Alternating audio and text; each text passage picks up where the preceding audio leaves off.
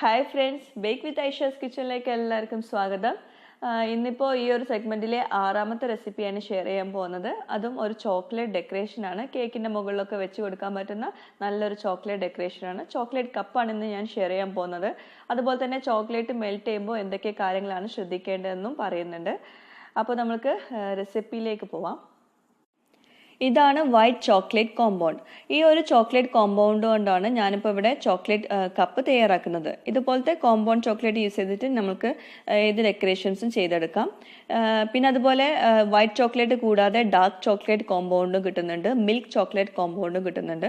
പക്ഷെ അതിൻ്റെ കളർ ഒരു ഡാർക്ക് ബ്രൗൺ കളറായിരിക്കും, ചോക്ലേറ്റിൻ്റെ കളറായിരിക്കും മിൽക്ക് ചോക്ലേറ്റും ഡാർക്ക് ചോക്ലേറ്റും. പക്ഷെ വൈറ്റ് ചോക്ലേറ്റ് പ്യൂർ വൈറ്റ് കളറായിരിക്കും. അപ്പോൾ അതാണ് ഡിഫറൻസ് അതിൻ്റെ. അപ്പോൾ ഈ ചോക്ലേറ്റും ഡെക്കറേഷൻസ് ഒക്കെ ചെയ്തെടുക്കാൻ വേണ്ടിയിട്ട് ആദ്യം നമുക്ക് ഈ വൈറ്റ് ചോക്ലേറ്റ് ചെറിയ ചെറിയ കഷ്ണങ്ങളാക്കുക, അല്ലെങ്കിൽ ഒന്ന് ഗ്രേറ്റ് ചെയ്തെടുത്താലും മതി ഈ ചോക്ലേറ്റ്. എന്നിട്ട് വേണം നമുക്ക് മെൽറ്റ് ചെയ്യാനും വേണ്ടിയിട്ട്. ഇതിപ്പോൾ 1 കപ്പ് വൈറ്റ് ചോക്ലേറ്റ് ചെറിയ കഷ്ണങ്ങളാക്കിയതാണ്. ഞാനിപ്പോൾ ചോക്ലേറ്റ് മെൽറ്റ് ചെയ്യാൻ വേണ്ടിയിട്ട് നല്ലൊരു ഈസി ആയിട്ടുള്ള ഒരു മെത്തേഡാണ് കാണിക്കുന്നത്. ഇതിപ്പോൾ നല്ല തിളച്ച വെള്ളമാണ്, തിളച്ചുകൊണ്ടിരുന്ന വെള്ളം എടുത്തിട്ട് വന്നതാണ് ഞാനിപ്പോൾ. അതിൻ്റെ മുകളിൽ ഇതുപോലത്തെ ഒട്ടും തന്നെ വെള്ളമില്ലാത്ത ഓവൻ സേഫ് ആയിട്ടുള്ള ഒരു ബൗൾ വെക്കണം. ഒട്ടും വെള്ളം പാടില്ല ഈ ബൗളിൽ, അത് പ്രത്യേകം ശ്രദ്ധിക്കാൻ നിർബന്ധമാണ്. എന്നിട്ട് അതിലേക്ക് നമ്മളിപ്പോൾ ചെറിയ കഷ്ണങ്ങളാക്കിയുള്ള ചോക്ലേറ്റ് അതിലേക്ക് ഇട്ട് കൊടുക്കണം. അതുപോലെ തന്നെ ഈ ചോക്ലേറ്റ് വെച്ചിട്ടുള്ള ഈ ബൗള് താഴെയുള്ള ആ വെള്ളത്തിൽ തട്ടാനും പാടില്ല, ചൂടുവെള്ളത്തിൽ തട്ടാനും പാടില്ല. ആ വെള്ളത്തിൻ്റെ ആവി മാത്രം ഈ ബൗളിലേക്ക് വന്നാൽ മതി. ആ ഒരു ആവിയിൽ ഈ ചോക്ലേറ്റ് മെൽറ്റ് ആയിക്കോളും. ഒരു 2-3 മിനിറ്റ് പിടിക്കുമായിരിക്കും, പക്ഷെ എന്നാൽ കൂടി നല്ല കറക്റ്റായിട്ട് നമ്മൾക്കിത് മെൽറ്റാക്കി എടുക്കാൻ പറ്റും. നമ്മൾക്കത് നോക്കി നിൽക്കൊന്നും വേണ്ട ആവശ്യമില്ല, അതവിടെ ഇരുന്നോളും. നമുക്ക് കേക്കൊക്കെ തയ്യാറാക്കുകയാണെങ്കിൽ ഈ ചോക്ലേറ്റ് അവിടെ മെൽറ്റാക്കാൻ വെച്ചാൽ മതി, കേക്ക് നമുക്ക് റെഡിയാക്കും ചെയ്യാം. അപ്പോഴേക്കും ചോക്ലേറ്റ് മെൽറ്റായി വന്നോളും. പിന്നെ ശ്രദ്ധിക്കേണ്ട ഒരു കാര്യം, ഇതുപോലത്തെ ഒരു വിസ്ക് യൂസ് ചെയ്യുക നമുക്കത് മിക്സ് ചെയ്ത് കൊടുക്കാൻ. അല്ലാതെ സ്പാറ്റിലെയോ സ്പൂണോ ഒക്കെ യൂസ് ചെയ്യുന്നതിലും നല്ലത് ഇതുപോലെ വിസ്ക് യൂസ് ചെയ്യുന്നതാണ്. എന്നാൽ നന്നായിട്ട് മിക്സായി കിട്ടും, നന്നായിട്ട് നമുക്കിതുപോലെ മിക്സ് ചെയ്തെടുക്കുകയും ചെയ്യാം. പിന്നെ അതുപോലെ ചോക്ലേറ്റ് കൊണ്ട് ലേസ്, അതുപോലെ മോൾഡ്, അങ്ങനെ പല ഷേപ്സൊക്കെ തയ്യാറാക്കുമ്പോഴാണ് ഇതൊക്കെ ശ്രദ്ധിക്കേണ്ടത്. അല്ലാതെ നമ്മൾ സാധാ ചോക്ലേറ്റ് ഗനാഷൊക്കെ തയ്യാറാക്കുമ്പോൾ എങ്ങനെയൊന്നും ശ്രദ്ധിക്കേണ്ട ആവശ്യമില്ല. ഇപ്പോൾ ഇതുപോലെ നല്ലൊരു ഫ്ലോയിങ് കൺസിസ്റ്റൻസി ആയി വരണം. ഈ ചോക്ലേറ്റ് മെൽറ്റ് ആക്കിയിട്ട് ഈ ഒരു ഫ്ലോയിങ് കൺസിസ്റ്റൻസിയിൽ വന്നാലേ നമ്മൾ ആ ചോക്ലേറ്റ് കറക്റ്റ് ആയിട്ടുള്ള ഒരു ടെക്സ്ചർ കിട്ടുള്ളൂ. പിന്നെ അതുപോലെ ഈ ഫ്ലോയിങ് കൺസിസ്റ്റൻസിയിൽ വന്ന പാടെ നമ്മളത് മോൾഡ് ചെയ്യാൻ എടുക്കരുത്. അത് ചെറുതായിട്ട് കയ്യിൽ ഇതുപോലെ ഒന്ന് വെച്ച് കൊടുക്കുക. അത് ചൂട് പാടില്ല, ഒട്ടും തന്നെ ചൂട് പാടില്ല. നമ്മളിപ്പം ഈ സ്റ്റീം ചെയ്തുകൊണ്ട് ഈ ചോക്ലേറ്റ് ചെറുതായിട്ട് ചൂടായിട്ടുണ്ടാവും. അപ്പോൾ അതുകൊണ്ട് ചെറുതായിട്ടൊന്ന് ചൂടാറിയ ശേഷം മാത്രം നമ്മൾ മോൾഡ് ചെയ്യാൻ എടുക്കാവൂ.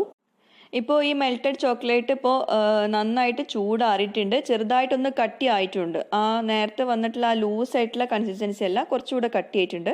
എന്നിട്ട് വേണം നമ്മൾ ഇതുപോലത്തെ ഒരു പ്ലാസ്റ്റിക് കപ്പിലേക്ക് ഒഴിച്ചു കൊടുക്കാൻ. ഇതിപ്പോൾ അത്യാവശ്യം നല്ല കട്ടിയുള്ള ഒരു പ്ലാസ്റ്റിക്കിൻ്റെ കപ്പാണ്. അപ്പോൾ ഇതുപോലത്തെ കപ്പോ അല്ലെങ്കിൽ നിങ്ങൾക്ക് ഡിസ്പോസിബിൾ പ്ലാസ്റ്റിക് കപ്പ് തന്നെ എടുക്കണം. അല്ലാതെ നിങ്ങൾ പേപ്പർ കപ്സ് ഒന്നും എടുക്കരുത്. പിന്നെ നിങ്ങൾക്ക് വേണമെങ്കിൽ സിലിക്കോൺ മോൾഡുകളിൽ ഇത് സെറ്റ് ചെയ്തെടുക്കാം. എന്നിട്ട് ആ മെൽറ്റഡ് ചോക്ലേറ്റ് നമ്മൾ മൊത്തത്തിൽ ഈ കപ്പിലേക്ക് ഒഴിച്ച്, എന്നിട്ട് ഇതുപോലെ ഒന്ന് കപ്പ് ചുറ്റിച്ച് കൊടുത്തിട്ട് ഒരു കോട്ട് നമ്മൾ ഈ കപ്പിൻ്റെ അകത്ത് ഈ ചോക്ലേറ്റിൻ്റെ ഒരു കോട്ട് വരണം മൊത്തത്തിൽ. അപ്പോൾ അത്യാവശ്യം നല്ല കട്ടി ഉണ്ടെങ്കിൽ നല്ല കട്ടിയിൽ തന്നെ ആ ചോക്ലേറ്റ് അവിടെ കോട്ടായി കിടക്കും. അല്ലാതെ ഈ കപ്പിൻ്റെ അകത്ത് നമ്മളൊന്നും ഓയിലോ ബട്ടറോ ഒന്നും തേച്ച് കൊടുക്കേണ്ട ആവശ്യമില്ല. ഇതുപോലെ ഒന്ന് ചുറ്റിച്ച് കൊടുത്താൽ മതി ചോക്ലേറ്റ് കൊണ്ട്.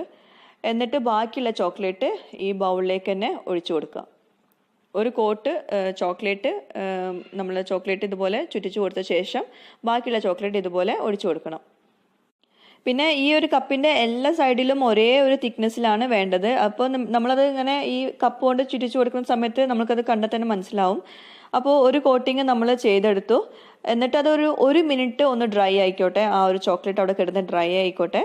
എന്നിട്ട് വേണം നമ്മൾ വീണ്ടും ഈ ചോക്ലേറ്റ് മെൽറ്റ് ആക്കിയത് അതിലേക്ക് വീണ്ടും ഒഴിച്ചു കൊടുക്കുക.